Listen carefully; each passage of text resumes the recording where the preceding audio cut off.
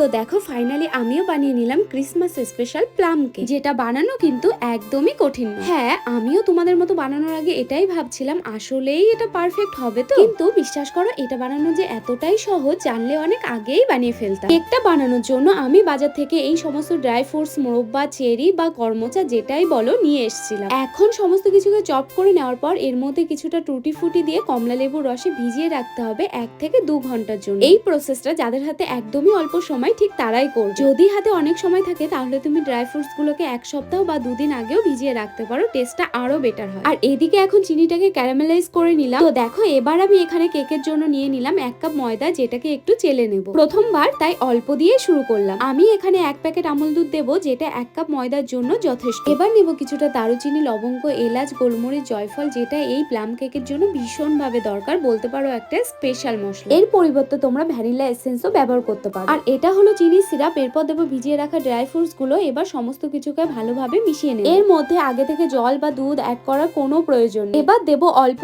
দুধ আর 1/2 কাপ পরিমাণে তেল। আবারও মিশ্রণটাকে ভালোভাবে মেশাতে হবে। তো দেখো কেকের ব্যাটার কিন্তু রেডি হয়ে গেছে। এবার একটা অ্যালুমিনিয়ামের পাত্রে সামান্য তেল ভরিয়ে ওপর থেকে ময়দা ছড়িয়ে নেব। সবার লাস্টে ব্যাটারে 1 চামচ বেকিং পাউডার, 1/2 চামচ বেকিং সোডা নিয়ে মিশিয়ে নিয়েছি। এরপর ব্যাটারটাকে কেকের পাত্রে ঢেলে নিয়ে ওপর থেকে কয়েকটা চেরি আর কাজু দিয়ে সাজিয়ে নিতে হবে। আমি যেহেতু কেকটা গ্যাস ওভেনে করব, তাই আগে থেকে একটা সসপ্যানে কিছুটা লবণ দিয়ে সেটাকে গরম করে নিয়েছি। এরপর কেকের ব্যাটারটা এর মধ্যে সাবধানে বসিয়ে দিতে হবে। আর এই কেকটা রেডি হতে পুরোপুরি ভাবে 40 মিনিট সময় লেগেছে। এটা রেডি হওয়ার পর যখন দেখলাম আমার কিন্তু সত্যি অনেক আনন্দ হচ্ছিল, কারণ এতদিন অন্যের মুখে শুনেছি এটা বানানো বেশ কঠিন, কই আমার তো তেমনটা মনেই হলো না। আর এই কেকটা যখন আমি বানাতে পেরেছি, বিশ্বাস করো তোমরাও বানাতে পারবে, এতটাই সহজ। জানো তো প্রথম ভেবেছিলাম কেকটা আমি অর্ডার করব, তারপর ভাবলাম তোমরা আমায় এত ভালোবাসা দিচ্ছ, তাই তোমাদের জন্য কেক স্পেশাল ডেতে একটা কেকের রেসিপি তো শেয়ার করাই যায়। এবছর করনি তো কি হয়েছে, নেক্সট ইয়ার অবশ্যই ট্রাই করো। আশা করি তোমরাও আমার মতো এত সুন্দর একটা প্লাম কেক অবশ্যই বানাতে পারবে।